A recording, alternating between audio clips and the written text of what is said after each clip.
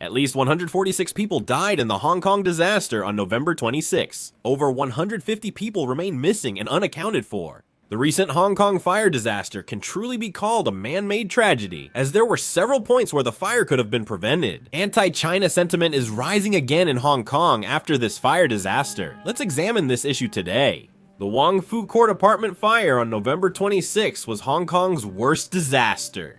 The fire began in Building F and spread to 7 other buildings except Building H, causing severe damage. According to the 2021 census, 4,643 people were living in that area. In particular, the building was constructed as a housing ownership system for low-income people, so more than 40% of the residents were seniors aged 65 or older. In Hong Kong, it is mandatory to carry out electrical repairs and maintenance after a certain period of time. Starting January 2024, the complex began remodeling. By November, they worked on interior painting and exterior repairs. The problem started here. At that time, bamboo scaffolding was set up for the apartment repair work, and a green net was installed over the entire exterior wall of the building. Initially, it was stated the fire disaster was caused by the bamboo scaffolding. Over time, people claimed the flammable green netting caused the fire disaster since it burns easily.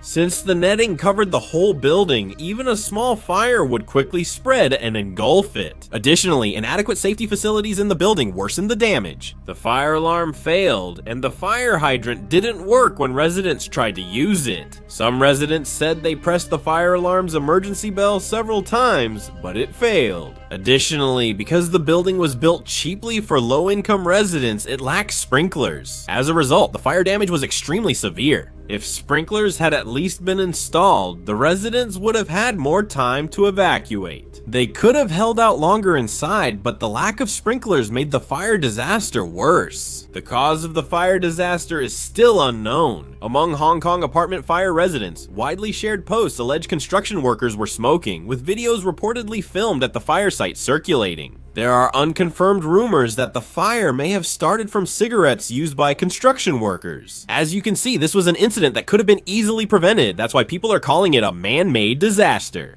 The problem is that because of this fire disaster, the suppressed public sentiment in Hong Kong started to erupt. Agence France Presse reported that on November 30th, student Miles Khan handed out leaflets outside a Hong Kong train station after the fire, urging commuters to hold those responsible for the apartment fire accountable. Miles Khan said in an interview with Agence France Presse that we are all dissatisfied with the fact that Hong Kong has come to this situation and we want things to improve. He said they're gathering online signatures urging other organizations to act and got over 10,000 in under a day. But the problem is that the Hong Kong police arrested this person. The charge was incitement. Also, the online account was deleted. As soon as this became known, public sentiment has been ignited. Hong Kong experienced large-scale pro-democracy protests in 2019, but the Hong Kong police and China cracked down hard, and in the end, the movement failed. After that, with the implementation of the national security law, Hong Kong lost its freedom of assembly and protest. Their freedom was taken away. Hong Kong citizens' discontent remains suppressed. Chinese authorities are warning against anti-China activities, fearing the 2019 pro-democracy protests could return after the apartment fire disaster. Immediately, the National Security Office in Hong Kong targeted anti-China forces through a spokesperson's statement on November 29, warning of strong sanctions, saying they are trying to achieve political ambitions by going against public opinion and taking advantage of the victims' resentment.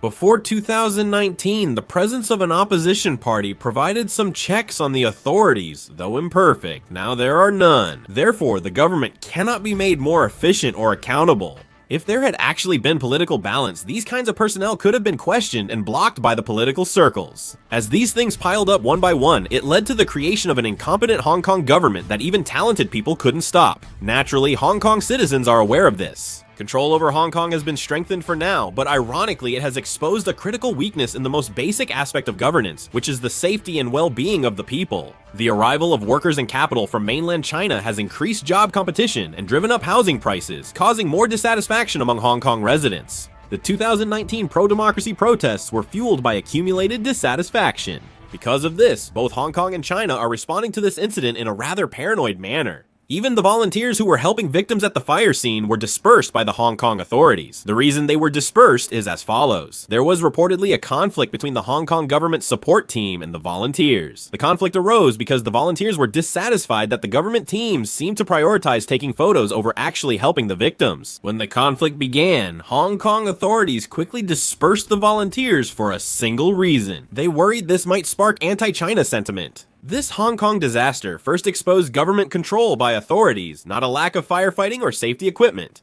Residents questioned differences between actual conditions and government statements from the start. Testimonies continued. Even as the scale of the damage increased rapidly over time, the government repeatedly used cautious and vague expressions, and there were criticisms that the official announcement of the number of deaths and missing people was significantly delayed. Residents at the scene saw smoke and flames burning the exterior walls of the apartment, but the authorities announced that the fire was being brought under control step by step. The fire stopped only because the apartment was entirely burned with nothing left to burn. By using this kind of language, the seriousness of the disaster was not properly conveyed. This gap naturally led to suspicions that the government was downplaying the situation. Strange phenomena kept happening on online platforms in Hong Kong and mainland China. Videos quickly spread on social media showing green nets on the apartment's exterior in flames and residents unable to evacuate calling for help.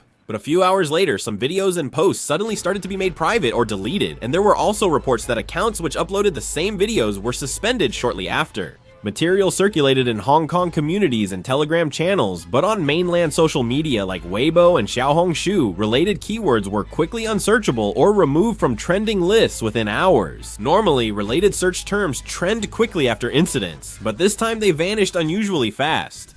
This pattern of deletion overlapped with the way things have repeatedly happened with politically sensitive issues, fueling even greater suspicion. These events weren't just rumors or exaggerations, they increased distrust among Hong Kong citizens. Since 2019, press and expression freedoms have been heavily restricted. When the government also controlled disaster information, public anger erupted again.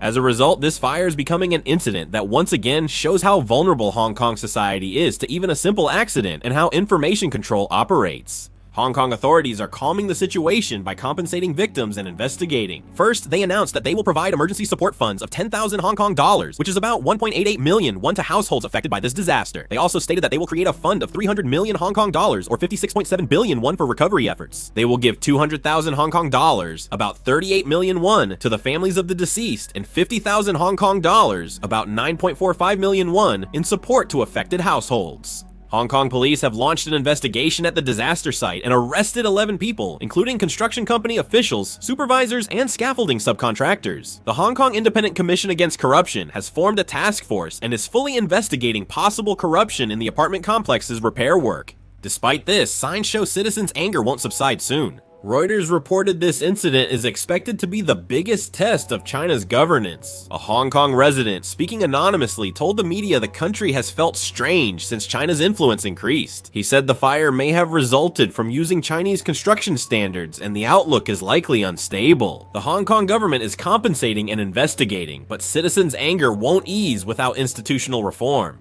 That's because there's a strong perception that this disaster is linked to structural problems like construction corruption, lack of safety regulations, and government control. In Hong Kong, demands for accountability and a complete oversight overhaul are rising, while internationally, concerns about the Chinese-style governance model are resurfacing. China will likely keep a hardline stance to prevent mass resistance like in 2019, but this may further increase public distrust. In the end, this incident has put Hong Kong's governance structure to the test, and depending on whether they choose to make improvements or strengthen control, the future of Hong Kong will be greatly affected. What do you think about the current Hong Kong disaster? Please let us know in the comments. That's the end of the video. Thank you.